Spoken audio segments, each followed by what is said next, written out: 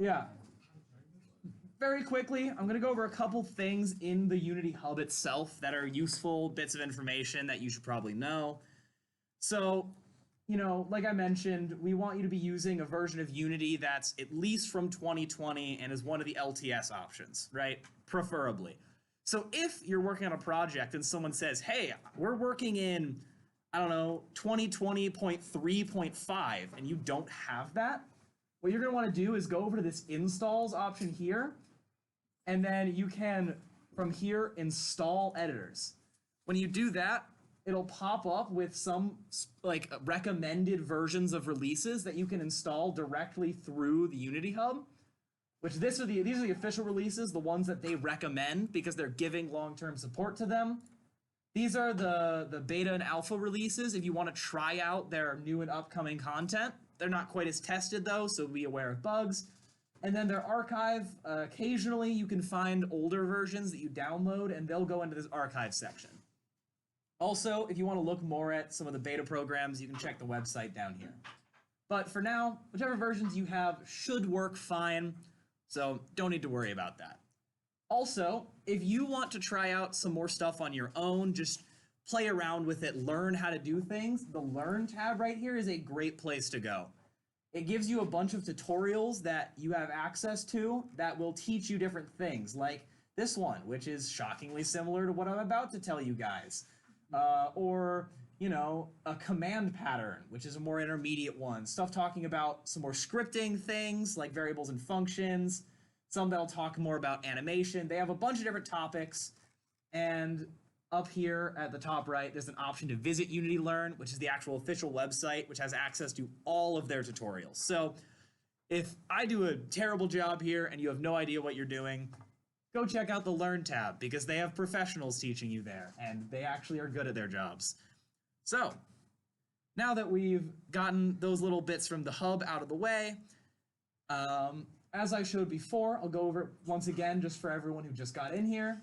When you want to actually make a project, you want to be in the projects window, there's this new project option up in the top right. You click that, and it gives you a whole list of different types of projects you can make. Now, all of these are the base plate for the project that you're working on. So if you just want to make a start from scratch 3D project, which is what we're going to start with here, this 3D core is what you're going to want to work with. If you want to do the same thing but for 2D, 2D, who could have guessed? If you have a more specific type of thing you're looking for, there are some cores, such as a third-person core, which starts with a working character in third person, a VR core, which helps you make VR games, AR core for AR games, first person, 3D and 2D mobile, and then these ones, the HDRP and the URP, are for specific types of render pipelines, which we're not going to be getting into in this workshop, but they're useful for certain types of projects as well. How's it going?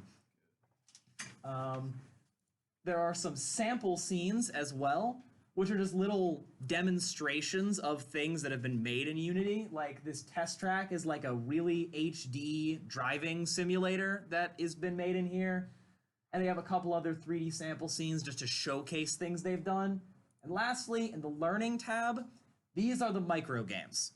So micro games are if you want to get some experience working on a game, but aren't comfortable enough starting from scratch, these will give you a partially finished game and then allow you to fill in the rest to make it complete. It's kind of, if you've ever done the like 1 hour of code things back in high school where they'd give you basic starter games you could customize, that's essentially what this does, but it does it through Unity instead. So these are also good things to look at if you're like, oh, I want to know how to make a 2D platformer. Go ahead and check out the 2D platformer micro game, and it'll give you a great place to get started. So if you haven't already, go ahead and make a 3D core game. It might take a little bit, but I have one opened up on the other screen that I will drag in once I figure out which direction my other screen is. Here it is. And we're going to go ahead and get started looking at the Unity editor from here. So this is the Unity editor. It looks pretty. It doesn't really, but there are 6 ish windows that should be visible for you from the start. First of all, you've got your scene. This is this scene right here. You know, this is how you can view the stuff you're working on. Right next to it should be the game, which is the game view, what you'd see when you're actually playing the game. Hello. You should have your hierarchy window, which is right here. That's a list of all the objects that are currently in your game. There should be an inspector over on the right, which is blank right now, but whenever you click on an object, it'll fill in with stuff about that object. There should be the project window down here in the bottom, which is where it includes all the stuff that your project needs to run. And then lastly, the console, which is where during your game, if any errors show up, which they will, they'll output right here to let you know what's going on. So I'm going to go through and actually kind of give you some explanations, but there's one little detail that's kind of helpful. I've realized that this screen is kind of blocking a little bit. Up in the top left, there is an edit button. You go ahead and click that. It'll put a drop down. And then in here, there is a preferences option. If you click that, it open into the other window again. Stop doing that. It'll open up this little preferences thing here. If in here you can search for colors, I believe. Let me search, please. Yeah, there's a lot of color options in here, but what we want specifically is this play mode tint. What that does is you can pick a color, and now whenever you play a game, it'll change your editor to match this color, so that way you know when your game is running or not. That might seem like a really simple idea that you won't mess up, but trust me, it can get in the way. And since Unity works in such a way where any edits made while the game is running are deleted when the game stops running, you don't really want to forget the fact that you're playing your game. So setting your color will be very helpful for you later on. You don't technically have to, also bless you. You don't technically have to, but we recommend that you do it because it's just really helpful. So now everything is highlighted in red, and I know that I am currently playing my game, which has nothing in it, so I don't actually need to be playing it, but, you know. Also, this computer's a little slow, so sorry if it takes a second when I do that, but that is the only real setting we'll need to actually change right now. You can mess around with the colors, try out different things as you want, but for now, that's all we're going to be working on there. Now, I'm going to go through and actually explain those windows that I pointed out to you earlier because they're very important. So the first one, the most important one probably, is the scene window. This is where you actually make your game. So in this window, this is the world that your game exists in. If you want to, when you've clicked on it, you can use WAS and D to kind of move around a little bit. You can use your scroll wheel to zoom in and out. If you right-click and drag, you can look around. And if you hold down middle mouse and drag, you can slide yourself. So this is a very useful area that you can look in to kind of move around your world and check where objects are. It's got that free movement that lets you kind of just do whatever you want in it, which is really helpful when you're trying to make sure that your game is set up properly. Also, if at any point in time any of you have any questions, yeah. You said that it was WASD to move around? That or arrow keys could also work, yeah. Oh, okay, yeah, sometimes, yeah. Yeah. Also, if WASD won't work for you, try arrow keys instead. They should both work, but sometimes a setting can be changed to turn one of them off, so yeah. I move way slower than you. Is that like a thing that That is referred to as a skill issue. Yeah, no, the question was, it's about moving, how fast you move in the editor. I believe there are settings to change that. I can put them in descriptions later, but also the longer you hold it down, the faster you move. And a lot of the movement is perspective based, so when you're really zoomed in, your movements will be drastic, and when you're really zoomed out, your movements seem small because you're so far away from everything. So if you're confused about movement speed, that is generally just get closer and you'll move faster. So now that you've seen the scene window, next up is the game window. Now, the game window right now looks pretty empty. And the reason for that is because there's nothing in the game. But what the game window does is it takes this main camera and shows you what it's seeing. So if you go back to the scene window and you highlight this main camera, you can see where the main camera is looking. And it's looking over this direction right here. That is exactly where your game window is looking. Once we've actually put objects into the game, I'll prove to you that I'm not lying about that. But for right now, you're just gonna kind of have to trust me. That is how you see whatever your camera's looking at. So whenever you have a game where a camera is your player's eyes, going into the game mode will give you a good perspective of what your player will actually see as they're playing the game. Also, there's an option right here where currently it says play focused. These are different selections you can make where it says what happens when you press the play button. Play unfocused means that you press the play button, the game starts running, but it doesn't pull up this window necessarily. Play focused means that whatever window you're currently looking at, it will pull the game window out so you see it when you start the game. And play maximized means that it goes full screen whenever you start playing the game. They're just little ways you can mess around with your game and make it work the way you want it to do. And again, very important note, I'm going to say this a couple times.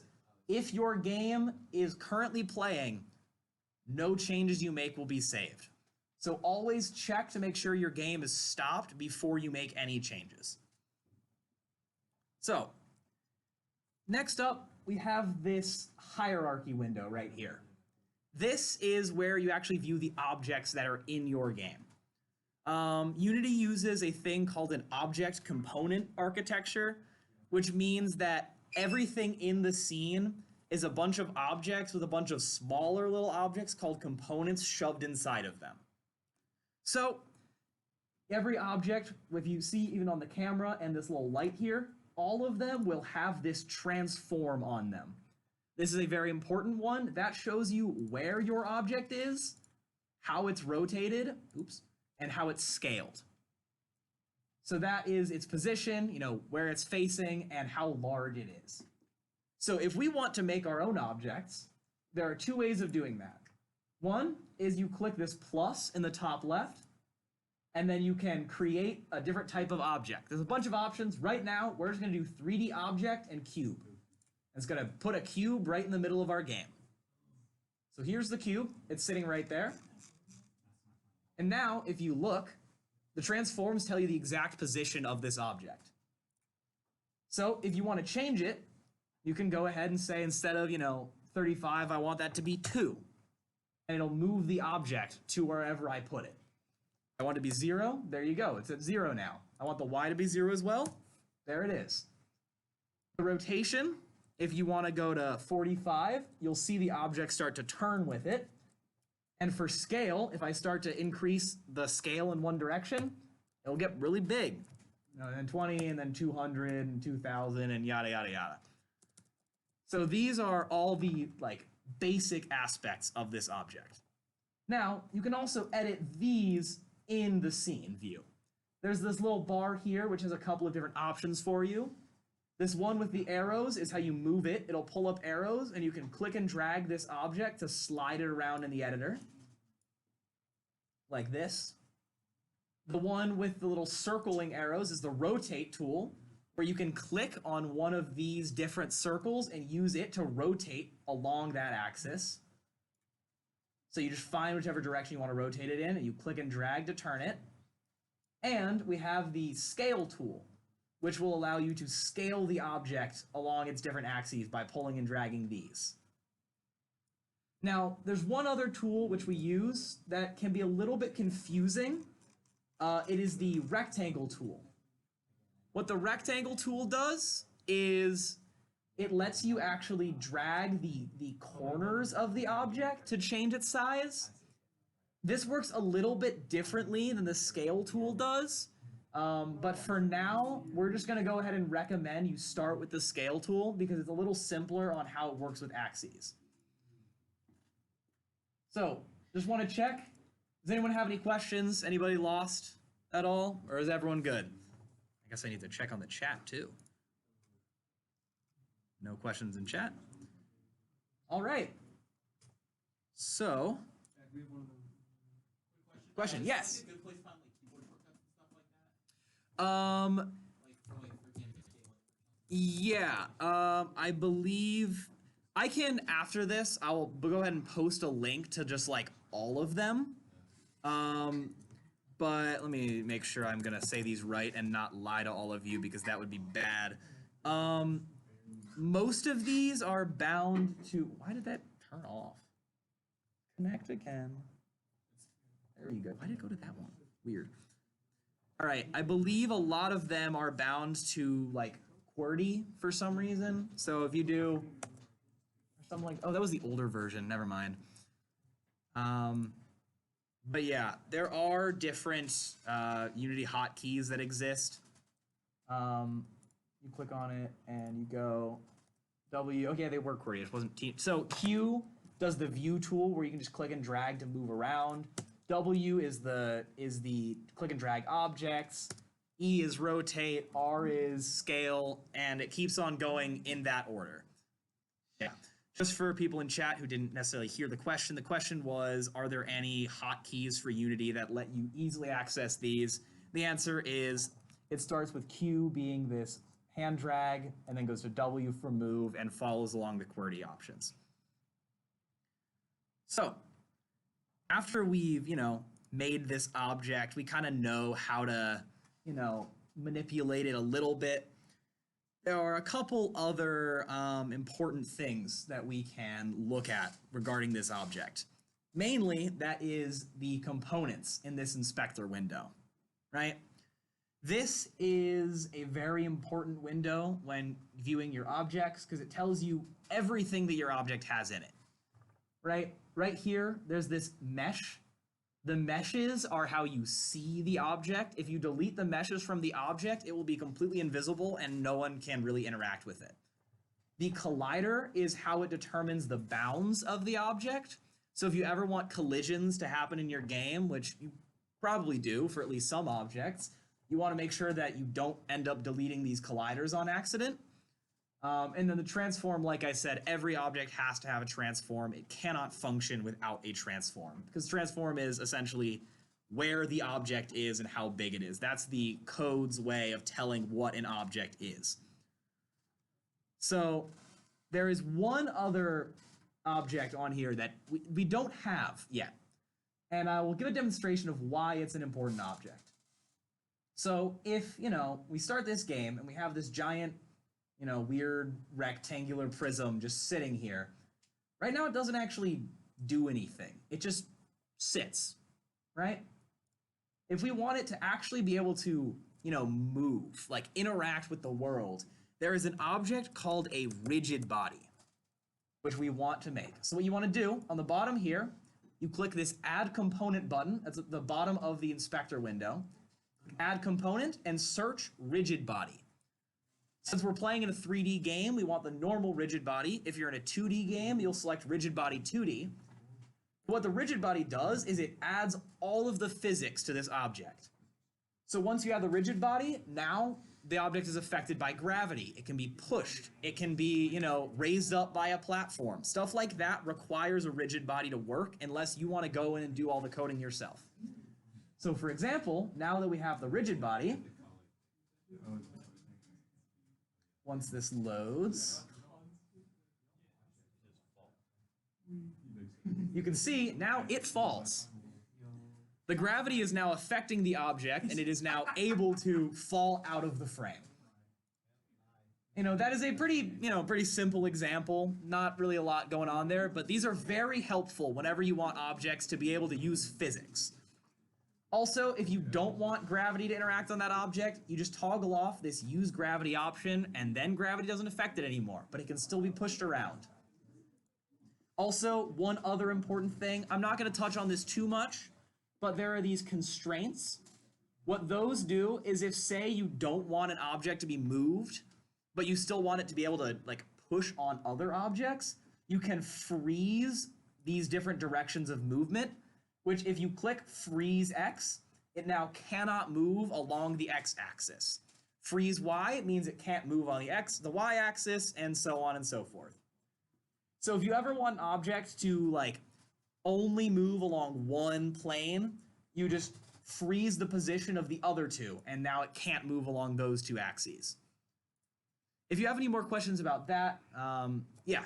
I'm assuming if you select all the options for freeze rotation, like all the XYZ coordinates, I'm assuming like it just can't rotate at all. Like, Correct. Yeah. Yes. So for like a stable object, you would just have it selected for all of those. Like you want to keep something in its exact position. Yeah. And have it not move. Yeah. So the question there, and I'll say the previous question was, if you click all options for the freeze rotation, will it be unable to rotate? The answer is yes. And this question was, if you want an object that cannot move, could you just freeze all positions and all rotations? And the answer is yes to that as well. Is that the easiest way to do it? If you still wanted to interact with physics, yes. It's a bit of a weird situation, but if you don't want it to move and don't care about physics on the object, you can just not put the rigid body, and then it won't be moving as either. Will things collide? Things will collide with it, but there's no like ability for like pushing and stuff like that. Okay, I see. Yeah. So that's a bit of a kind of your own decision type of question as you're making a game of how do you want this to work. You'll pretty much get a similar functionality, but if you already have the rigid body, you could now encode, say, unfreeze the y-axis, and now it starts moving. Stuff like that. So yeah, that is how the rigid body works. Very important thing. You want to use it in a lot of objects in your games. Yes, question. I'm a little confused. Is it like,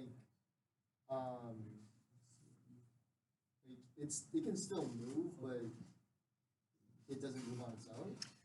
So the question is, when it's the position is frozen, can it still move, just not on its own? And in Unity, essentially, no. It won't move unless you use scripts to explicitly change the position of the object. Essentially, what this is doing is freezing the velocity, if you want to think about it that way. Any velocity applied to the object will be frozen and nothing will happen as a result. But if you say x equals 3, it'll still move to that position. It just takes extra work from scripts to make it happen. Does that answer your question? Yeah. So then if you didn't have the rigid body, like, you wouldn't be able to move that even with scripts? Well, you still could with scripting, but you wouldn't be able to ever check things like velocity or acceleration, because rigid body is what handles all physics on an object. So without rigid body, the object doesn't have velocity, because it can't. It only has a static position and nothing else. And then it'll interact with other objects, like I literally just tested it, it'll interact with other objects, like it's going down gravity, because I just put another cube with a slant. Yeah. And it literally If you put multiple objects with rigid bodies, they will start to interact as if physics are happening, because the game is now running physics on these objects. So like one application would be like if you want to push an object down like just in a straight line, but you don't want the player to move it in any other dimensions. How would that work? Yes, a great example. One very good use of these freezing options is if you want an object to be moved down one axis, but none of the others. So like if you, for example, have something that it needs to slide vertically down a rope, you don't want it to touch something and fall off the rope to the side. So an easy way to do that is to freeze two of its position ones and then just have it move down along the y-axis. Yep. All right. So next up, a very important fundamental concept to understand about Unity is a thing called a prefab. A prefab is a reusable object that you can create. If you make a prefab of an object, you can now edit the default object and it'll change all of the other ones. So how you make a prefab, right? There's a couple of different ways, but usually the easiest way, right, is if you take your object, click on it, and drag it down here into the project window. Now, you notice that that icon changes from a hollow cube to a blue cube, because this is now a prefab object. meaning So yeah, a prefab object is a for the coders, it's like a class that you can instantiate. For non-coders, it's a blueprint that can be used to make exact copies of itself. So let's say I now want 7 of these cubes in the game, and I want them to all be this exact shape and rotation. I can click and drag more and more of them into the game from there. And it'll just keep making copies of it.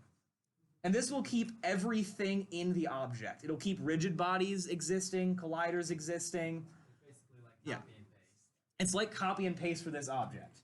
And now, what's important about prefabs is if you want to change all of them, you can double click on your prefab and it'll open up your prefab window where you can say, I want to change the scale of this to be 30 in the Y direction instead and 4 in the Z direction, right?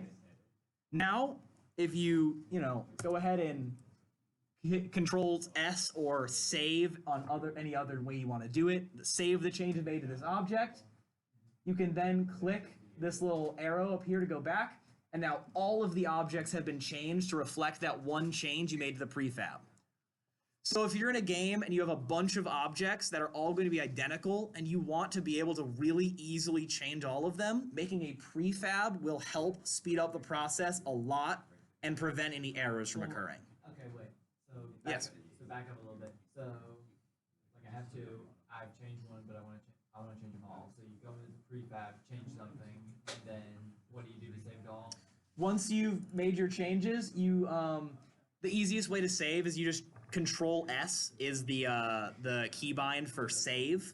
So like let's say Yeah, so if you want to make a change and affect all of them, let's say I want to, make the X direction into a 3 instead, right? Once I've done that, I hit Control S. It'll save my changes, and then when I go back, all of them will be updated. Yeah. hang on,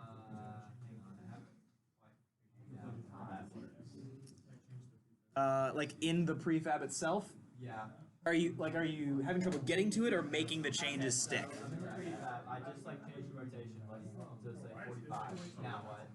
Now you hold Control S, and S.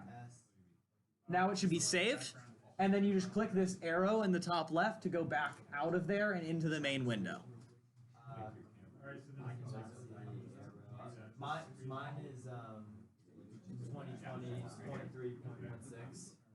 So it's a little bit. Let me think. You could also you just escape it. Yeah. Oh, whoa. I was in the wrong thing. Oh, okay. How do you make it like contract? This happens when you go into the prefab window. Mine's like white. So whenever you double click on the object down here in the project window, it'll open up the prefab window. That's what I was missing. Yeah. Alright, Yeah. So there's one other way that you can edit prefab objects, and that is by editing an example of the object rather than the prefab. Oh, that's what I did. So yeah, let's say you want to make a change on one object and you realize, wow, I really like that change and I want to, update the rest of it, right? Let's say you've decided, you know what? I don't want a rigid body. I don't like rigid bodies. I'm removing it.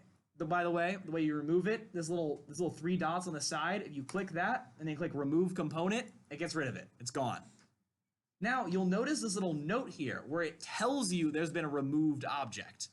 That's because you've made a change that differs from the prefab. So if you right click on this right here, you can choose to either revert it back to what the prefab originally has or apply to the prefab. Now these are very different things and they're a little bit abstract. So what this is we have one object that is different from the rest of them. We can choose to apply our changes, which makes whatever change we made to the one, that change happens to all of the others as well. Or we can revert, which means that we undo our change to the one, so that way it matches all of the rest of them again. So if I were to apply this to prefab, and I go to any one of the other ones, they now also are missing their rigid bodies because I changed the prefab itself. Is anyone confused by this? Want me to go over it more, or does that make sense? That makes sense. All right. Just want to make sure, because prefabs, especially for people who haven't worked in coding, can sometimes be a little confusing because of the general concept of like class objects and instances that are kind of directly related. Isn't it kind of all the same? It's essentially the same, which is why when people don't have experience, I want to make sure that no one's getting lost. All right. So from there is a thing that Unity uses called inheritance, which in Unity, an object can be a parent to another object, right? So if we go in here, we want to make another object. We do 3D object, and we do a capsule this time. So now we've got this capsule, right? But you know, it looks kind of boring. We want to give it a hat. So we're going to give this capsule a hat. Instead of clicking on the plus, we're going to right-click on the capsule, and then it has options for different objects you can add, and we are going to add let's give it a sphere, right? Now, you know, you can move the sphere around like normal, you know, give him a nice little hat. Sure, that's what hats look like. Trust me, I know. It looks like more of a little person. Well, you know, hat. It's a hat, whatever. You know, he's got a little floating bubble above his head. Whatever you want to say. If you look over here, you now notice it is indented to the right of capsule. That's because this sphere is a child of the capsule class. Now, what this means is that changes that we make to the capsule class, only simple changes, but simple changes made to capsule will now be applied to the sphere as well. So like his hat will get changed along with him. Yeah, so let's say we want to move the guy, right? We click and drag him, his hat will go with him. Or if we want to rotate the guy, you know, the hat will rotate with him. And additionally, if we, yeah, I'll get your question in just a second. Additionally, scaling, you know, same thing. It scales with him. What's your question? Yeah, so when you want to add something as a child of an object, you can right-click on the object and then choose something to make right in there. Or if you, let's say you also made a cube, right? You did that earlier, it's just been sitting there and you went, oh man, I meant for the cube to be a child of this capsule, but I messed up and I put it in the wrong spot. You just click and drag it. Once you drag it onto that object, it'll make it a child. Or if you decided, oh, I messed up, I don't want it to be a child, you can click and drag it out and it'll become its own object again. All right, does that make sense to anyone? Is that a question back there, or are you just stretching? Oh, I'm sorry. No, you're good, don't worry, just wanted to make sure. Is anyone confused, or has everyone got it? Everyone good? Great. So, there is one specific type of little thing that we're gonna make because giving things pretty colors makes them look better. So, you know, they're all just like bland. That's lame. We don't want them to look like that. We want them to have color. So, if we go down into our assets window on this project, you know, where we have our prefab, we're going to right-click on the empty space and hit this create. It's going to give a ton of options. There are a lot of things you can make in here. But we're going to go down to where it says material here, because we're going to make a material to give this object color. Right now, they all have the default Unity material, which is this kind of flat, you know, like off-white color that they all have. If you want to change that, you need to give them their own material. So we have material. I'm going to name it color because that's what it is. And now, whenever you click on it down here, it'll open up in this inspector window. Now there's a bunch of different settings we've got here, and there's a lot more you can do with materials than what I'm going to go over in this workshop, but in general, a couple of very important ones. First off is the albedo. That is the color of the object, right? In general, the albedo is what it reflects when light hits it, but simpler terms, the color of the object. So yeah, you can choose a color here, and if you look down in the bottom left, your material will update to show the changes you're making. So I want to make it green because green is the best color. Yes. So, listen, blue's a close second, purple's good, everything else is wrong. Yeah, who's running the workshop? I am. I'm right. So, a couple of other settings that are useful. This metallic option can kind of make it, look more or less metallic. And the smoothness can make it look really, really like, smooth or really rough. Almost kind of fuzzy. An example for the smoothness, think if you guys play Smash Bros, think the normal Yoshi skin versus the wool Yoshi skin. The wool Yoshi, they put the smoothness at 0. There you go. That's the difference. He's rough now. So let's say, all right, we've made this color, we like it. We like the way it looks. How do you actually put it on something? You just click and drag it onto the object, and it changes color. So yeah, we want to make the guy green, and, real quick, just to make it a little more fun, let's say we want to make him have a blue hat. And it's going to look really fuzzy. So it's not going to be smooth at all. It's actually not actually going to look fuzzy because I'm not, making it look good. But pretend it looks fuzzy. So, yep, now we take the blue one, we drag it onto here. But see, you can tell the difference here where one of them looks a lot shinier than the other.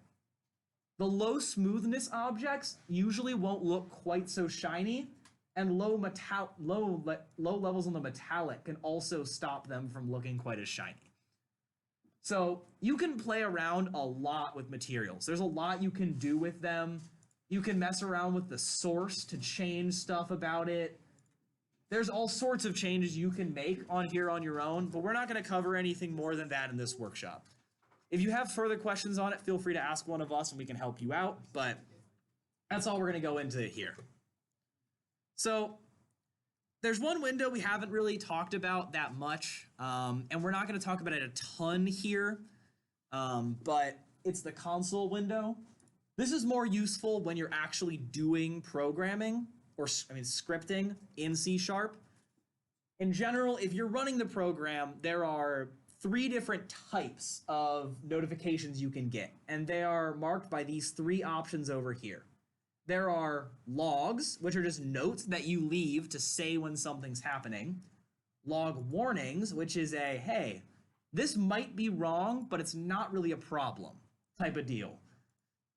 If you're a programmer, you're very familiar with these. It's when your compiler gives 17 errors, but the program still runs. That's log warnings. And then lastly, you have log errors. These are typically reserved for things that are potentially game-breaking problems. They can be used elsewhere in things that are just, hey, we think something is very wrong. We're not stopping the program, but look at this right away. But these are the 3 different types. If you're looking at your console and you're, I'm tired of code telling me that I'm doing horribly and everything's breaking. I think I'm doing great. You can click it and turn it off, and the console won't show you that type of log anymore.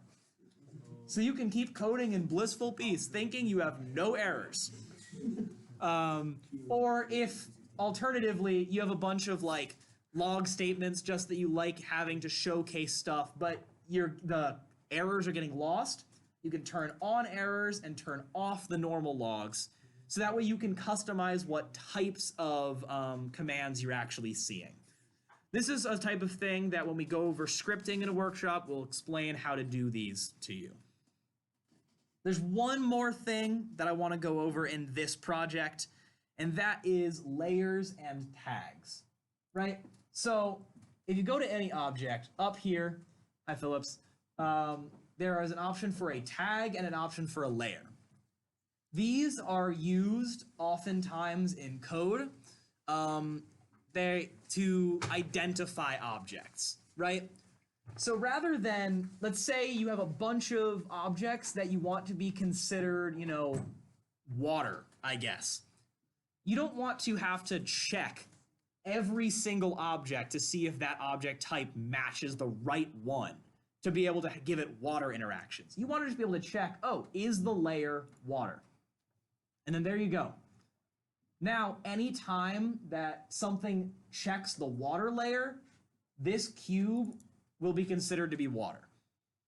Now, again, this is a type of thing that we'll get into more as we start showing you actual scripting, but these are very helpful and very important. Also, you have tags, which are more for specific like things like players, like a game controller. These, a lot of times, a tag can be more given to like one specific object, where a layer will be, here's this whole list of things. And there are a bunch of other uses for it that, again, we'll get into more when we go over scripting in more detail. But for now, just know that tags and layers are ways of grouping and identifying objects in your game. So, hi Phillips, how you doing? We just finished going over the general basics part, and now we're at the part where we can do the sample scene stuff. Do you want to look at any of that stuff, or do you want... I can just get it open, and then we can figure that out from here. But yeah, sure. So this is a lot of the basics that we've shown you using the blank 3D template. And these are great, right? This is great to work with, but if you want to see something that's actually, you know, already working and in motion, what we can do is go back to the Unity Hub and make one of these third-person core projects. Now, I expect this might take a little time for the computer to make. These ones can be a little slower. So if you feel like there's a delay and you don't have the project up to mess with, don't worry about it. We'll be able to help you more with that later. Hello, Mitchell. How you doing? How you doing? Doing well. I'm just doing the food walk around, basically. Okay, you can go ahead and ask. We're Yeah, at a good sorry time. to interrupt and like stop whatever Jack was doing. I'm sure it's really No, it's cool. a great time, actually. So basically, after every meeting, for those of you who are new here, we go to dinner on Hillsborough Street. So tonight's plan is we're going to go to Golden Dragon to get some food, and then we're going to go to Mitchell's Tavern afterwards for any who want to. It's not limited to only people over 21, so you can still come hang out with us if you want. So can I get a show of hands of who is definitely doing that?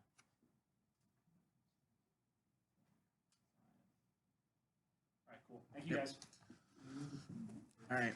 So yeah, go ahead and I'm gonna go ahead and suggest if you would rather mess around with your own scene, you can, and we will just show you this. But I would suggest going ahead and making one of these third-person core projects, because they can be really helpful to kind of just show you what a project that already has a bunch of working pieces in it looks like. I already have one made, so I'm not gonna make a new one because that's gonna take a minute. I'm instead just gonna go ahead and open it, because that is a lot faster. Also, last note, like I said before, quick way to save, Control S. Anytime you try to close the project with unsaved changes, it'll warn you about it, but in general, every once in a while, just hit that Control S or go do a, file save. Just make sure you keep your changes saved so you don't end up losing them, because that's very annoying when you do that. So I'm gonna go ahead and open up this third-person project. Once it closes, it's the My Project, I believe. I think so. So this might take a minute to load, but just while it's doing that, does any of you have any questions? Anything you want to ask about? If you want to, feel free. If not, yeah, question. You said we gotta make a third person. I would say yes. The question was, you want to make a third-person project? My answer is, yeah, make one. Good. Yeah, also, a note, I forgot to mention that, which is a good thing to mention. When you try to make the project, when you try to make the project, if you go to one you haven't used before, it'll tell you to download the template first. You can go ahead and do that. It'll just download the template file that it can then make you new projects from.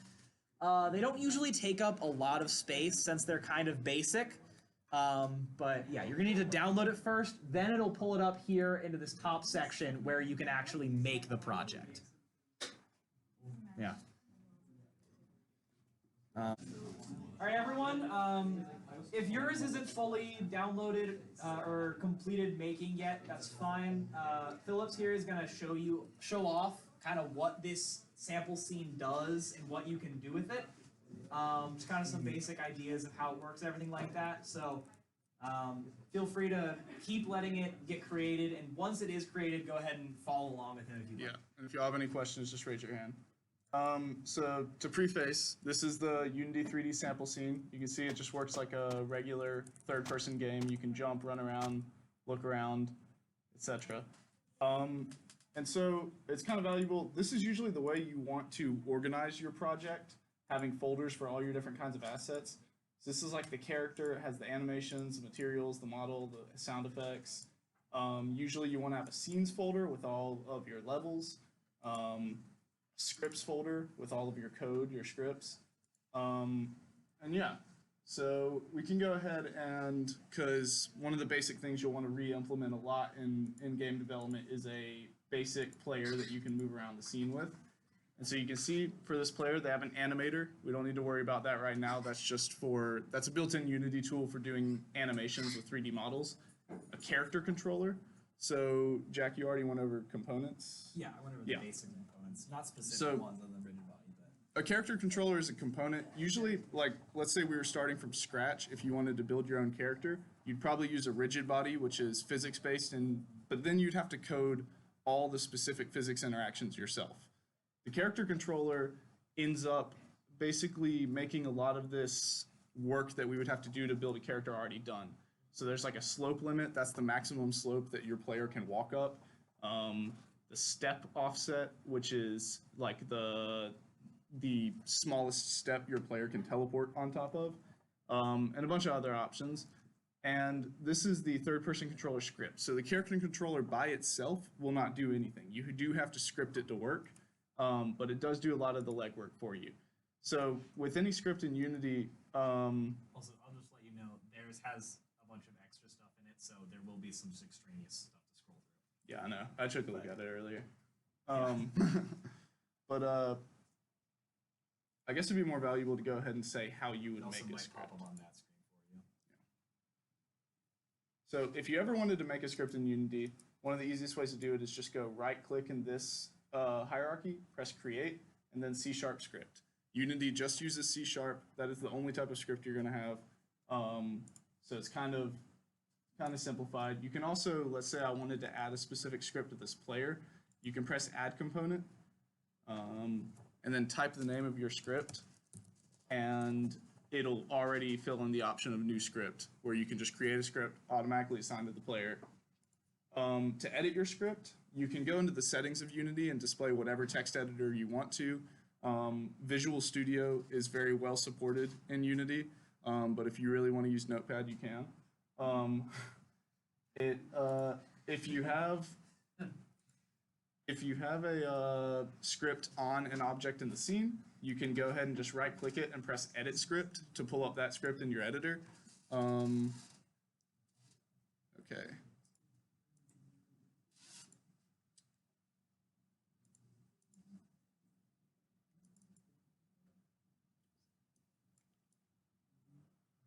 I don't really know how your Visual Studio is set up. Oh, this is Duncan's. I don't know what he does. Oh, okay. I guess just you just like drag it onto this window. I guess you just look at it maybe.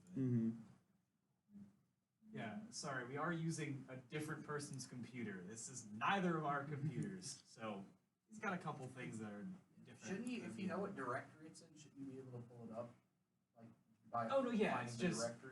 Yeah, that wasn't the problem. It's just we're looking at his settings, So- and it's different than ours. This is the script they have that controls the third-person character. So what this does is it makes the character move around when you press WASD. It makes the character jump when you press space. And so this has a lot of stuff in it, but I'm going to highlight the parts that are important and that you're going to be doing when you start off. So this namespace that's covering the whole thing, kind of unnecessary right now. It basically just lets you organize your scripts into different namespaces. If you've ever used C before, that should sound familiar, even in Java. But this is where you'll usually start. So it'll say public class third person controller mono behavior. So this is inheriting the mono behavior class, which is basically what 99% of your Unity scripts are going to be. They will be a mono behavior. It's a basic way that type of object Unity uses to interpret your script. And this will automatically be filled in when you open the script. You can set these, these are fields, basically just data that you can use throughout the entire script. If you set it to public, it can be accessed by other scripts. Private, it can't. That's your basic programming stuff. But what makes it even different when using Unity is setting it to public allows you to edit it in the editor. So you see this public float move speed here. If I go back to the editor and I open up the player, you can see that that move speed variable actually shows up in the editor, and I can edit it right here, which is pretty useful. Moving on, so that's what basically all of these are. So these tooltips and headers, you do not need to worry about those right now. Those are organizational. They basically let you format the way it's going to appear in the editor. Completely unnecessary, though, for functionality. If we scroll down here, this is a very important thing. So there's this private void start and private void update. Every script you make in Unity will come with these two already in it. Start, all the code within start gets called whenever the scene starts playing. So like here, you can see they are basically getting all the variables they will need in order to make the player move. Update, so the frame rate of your game, how many frames appear per second, that is basically dictated by this update function in one way or another. And every single frame, the code in this update function gets called. So, you know, if you have something that should not be affected by frame rate, you shouldn't put it in here. But this is basically a way for you to ensure that every single tick of the game, this code is going to be running. There's also another version of this update called fixed update that runs exactly 100 times per second. It's tied to the physics system.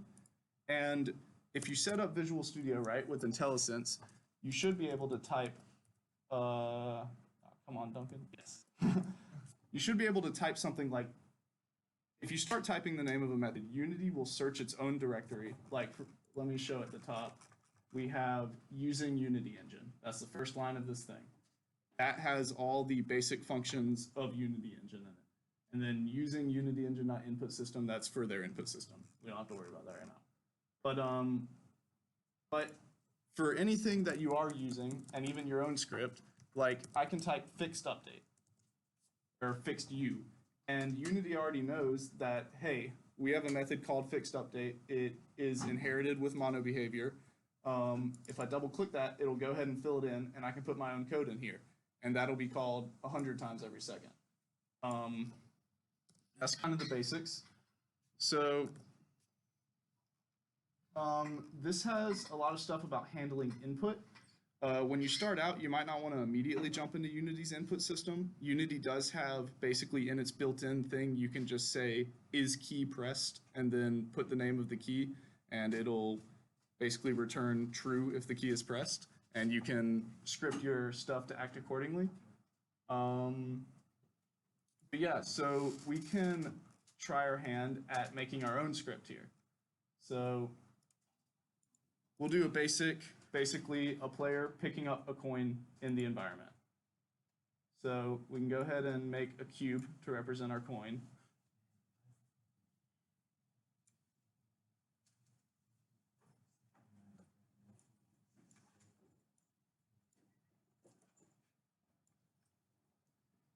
And we can set, so coins aren't usually this color. So what we can do is we can create a new material. And I want this coin to be yellow, so I'll just call my material yellow. That creates the material down in the inspector. Usually you'll have a folder where you keep all your materials, or you'll organize them by some other method. You can just go to this color wheel and decide what the color of your material is going to be. And everything in Unity that appears in 3D has some sort of mesh renderer on it. A mesh is basically the data for the 3D object, and the mesh renderer renders the mesh. The mesh filter is where the mesh renderer gets the data. So basically, if you have a mesh filter on something, and then you put a mesh renderer onto it, it will make that appear in the game world. And you'll see if I disable the mesh renderer, it's now disappeared. You only see the wireframe because we're in the editor. In the mesh filter, you assign the mesh here. So it's using Unity's default 3D mesh it already has built in, which is a cube. In the mesh renderer, you can decide what materials you want. So it used a default material here, but I want to use my yellow material. So I can drag it into here, and my thing becomes yellow. And you can also, alternatively, if something has a mesh renderer on, you can just drag the material into the scene, and it'll automatically try to assign it to stuff. But yeah. So I want this cube to be like a coin, and so when the player runs into it, I want it to get picked up. So I can add a component, and I'll just call this script coin, because I want to make a script that makes it act like a coin, and create an add.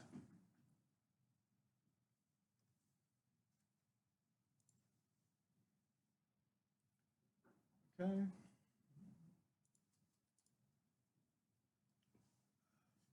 So Visual Studio opened. Usually it is supposed to open the script automatically, but it hasn't done that historically for me.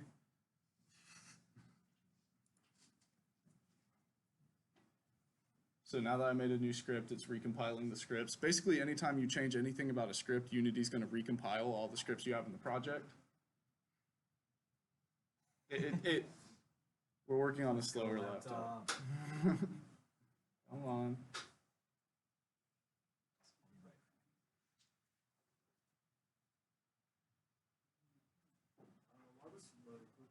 Yeah, go ahead.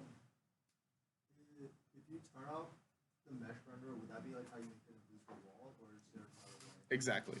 Okay. Exactly. Yes. Well, yes. So you can see I have a box collider on it. If you don't have a collider, nothing is going to collide with it anyway.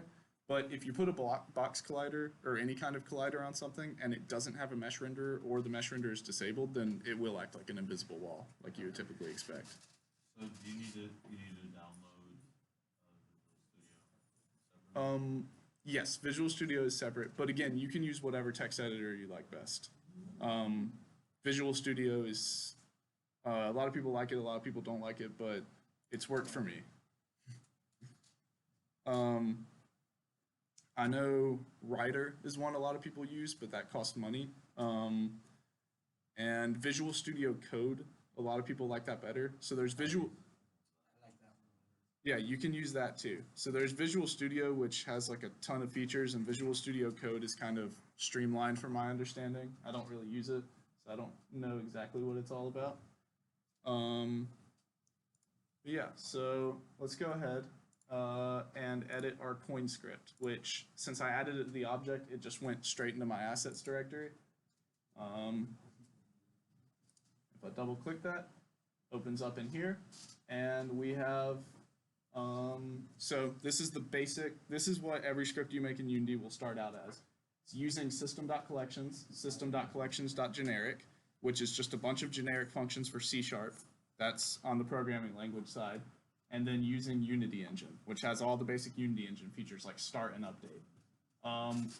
So this is a coin. We don't really need it to do anything on start, and we don't really need it to do anything every frame. What we want it to do is we want it to react when the player touches it.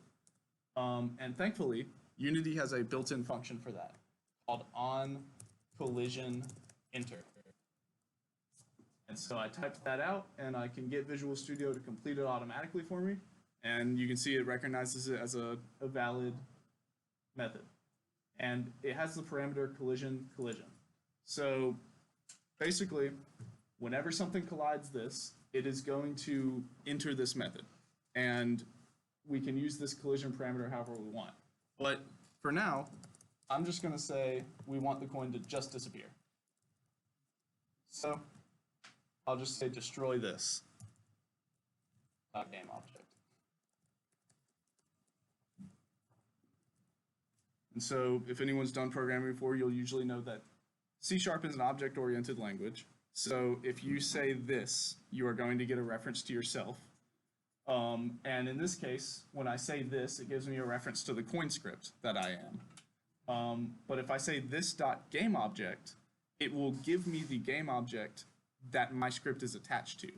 So when I say this.gameObject, it will give me this cube because I have the script attached to the cube. And so if we play the game and run into the cube, our cube should be destroyed when the player runs into it. Assuming I'm not missing something. So let's go ahead and click play. Yeah, where you could hit the classic Dang it. game development. Oopsies. What happened? I am colliding with it. You can't destroy it. Dang. It's invulnerable, actually. Sorry, I forgot to tell you about that. You don't want to destroy windows. The window just told you to hold on. Okay. Usually you wouldn't want to make a coin a physical object anyway. So what we're going to do is we're going to go to the box collider here and set it to be a trigger. What a trigger is it's basically a collider that doesn't do collisions. It's something like let's say I wanted to make something appear when a player walks into a specific area. I would put a trigger around that area, and when the player walks into it, something happens. And so, if we go back to our script, on collision enter won't do for this because it's a trigger now. But there's a very similar function called on trigger enter. Yeah, and so we can type the same code, destroy this .game object.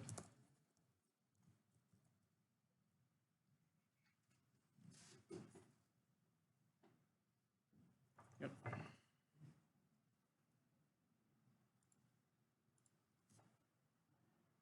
And Unity's gonna reload that. Yeah, if you have a slower computer, it can kind of take a minute whenever you try to like Yeah, edit code.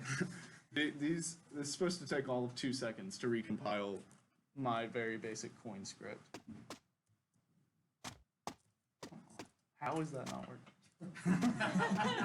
Okay, I didn't make this third person thing. He has to. It might be that it just didn't. I mean, it might have something weird and not used a rigid body because usually with the trigger enters, they want one of them to be a rigid body. So if they just use character controller instead, that might be why. Yeah. Because it's not a rigid body. It's not a rigid body of this guy. Yeah.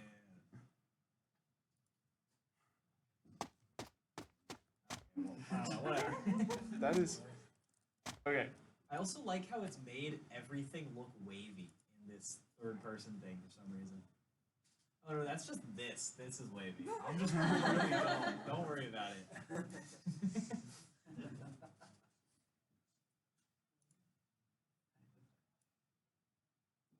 Yeah, usually in order to collide and have triggers with things, your object has to be able to move, which usually means that it has a rigid body on it.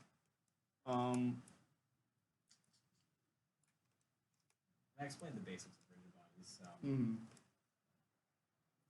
Yeah, that'll collide. So this box, I'm going to put a rigid body on it so that it is affected by physics and gravity. And so when this gray box falls into the yellow box should just disappear. Yeah, I think we got like 5 minutes. Yeah. What? Get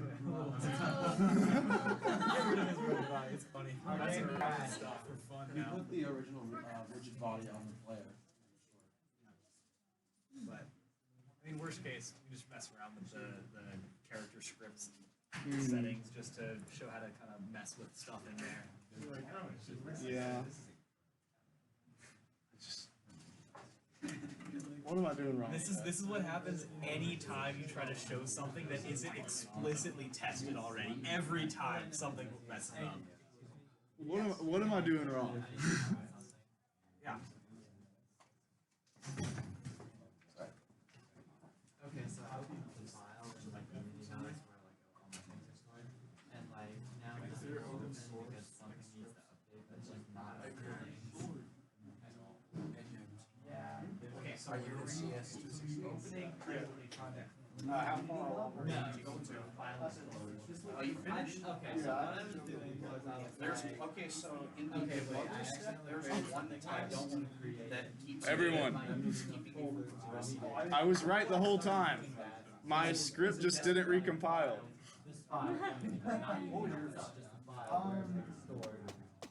Yeah.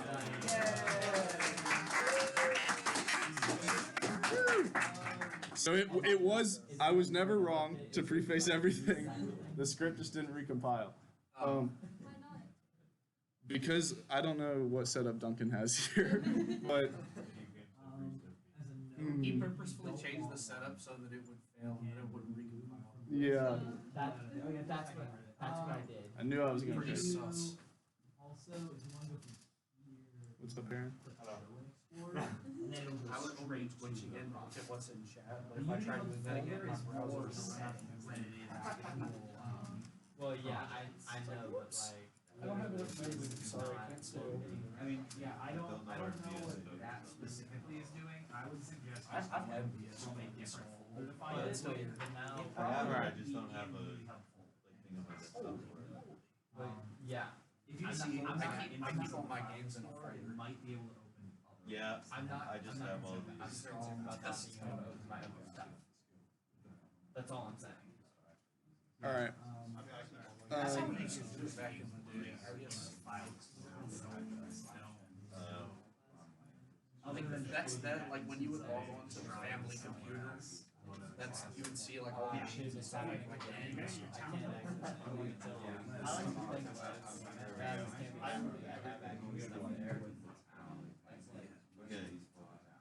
I tend to keep myself pretty organized. I hate what's happening. I'm just like What's going on, Jack? Mine, however, is non-compatible. Well, okay.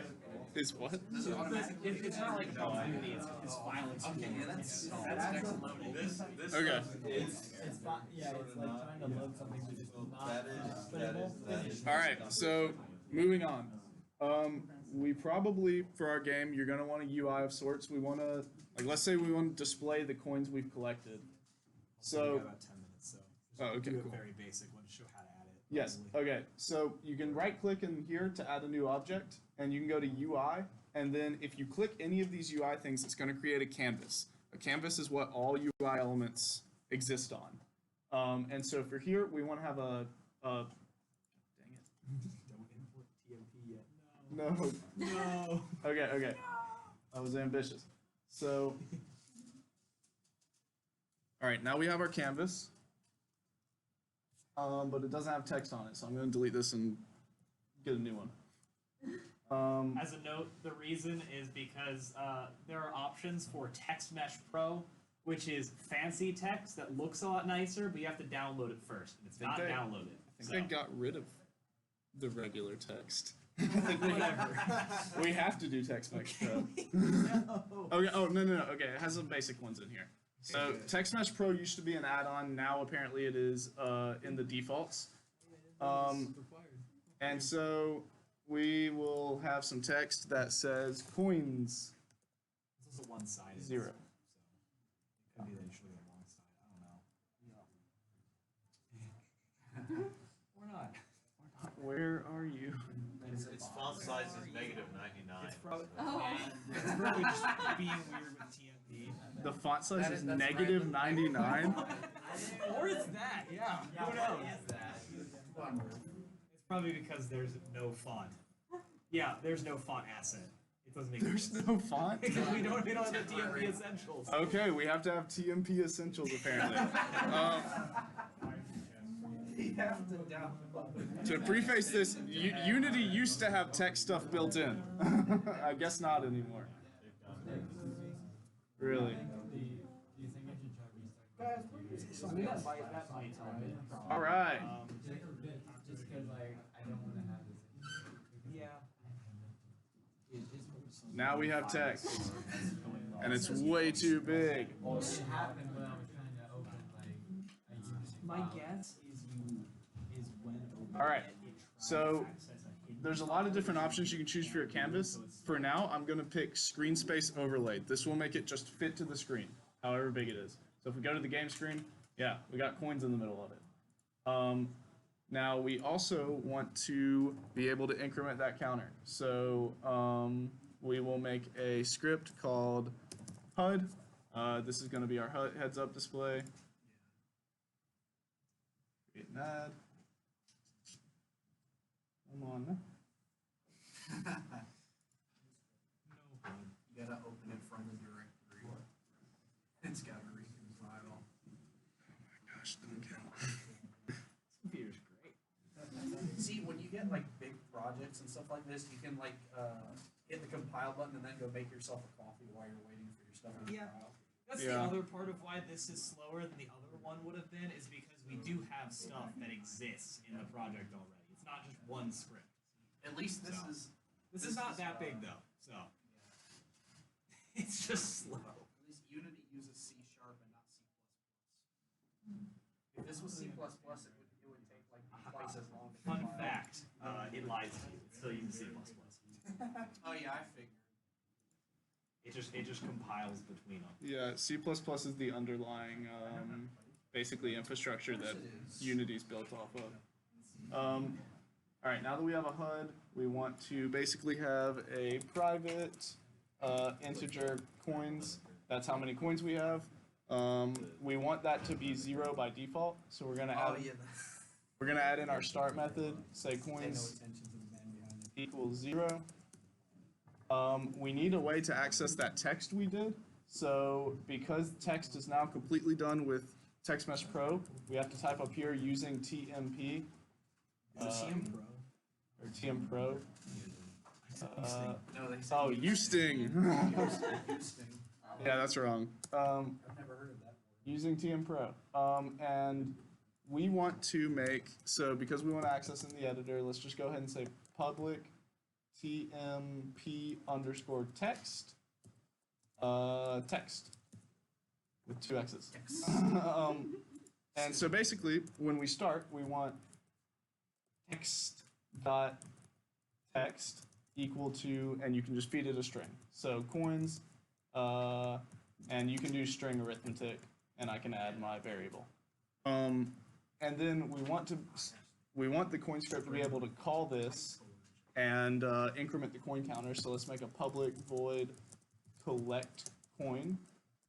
And what this will do is it'll say coins plus plus. That adds a coin to the counter. And then basically the exact same code equals coins space plus coins. So now we've got that. If it would like to recompile.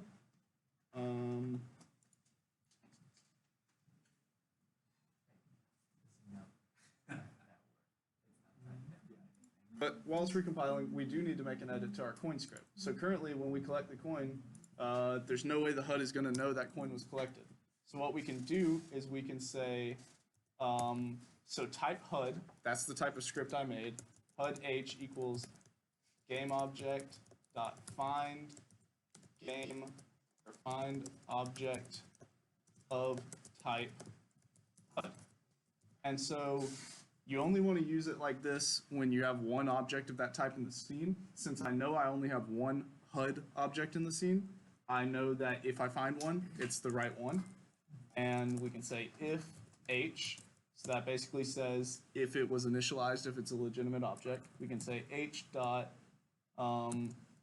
collect coin. And you can see that I typed it in the other script, and now Visual Studio knows that that's a valid method. It can autocomplete.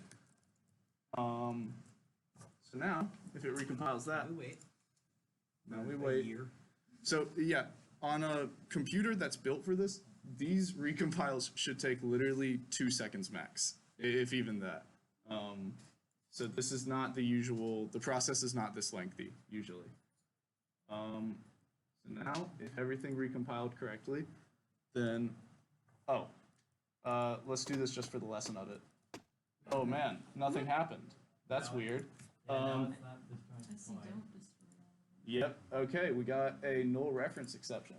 And that is because we can see it is in object not set to an instance of an object, asset slash HUD.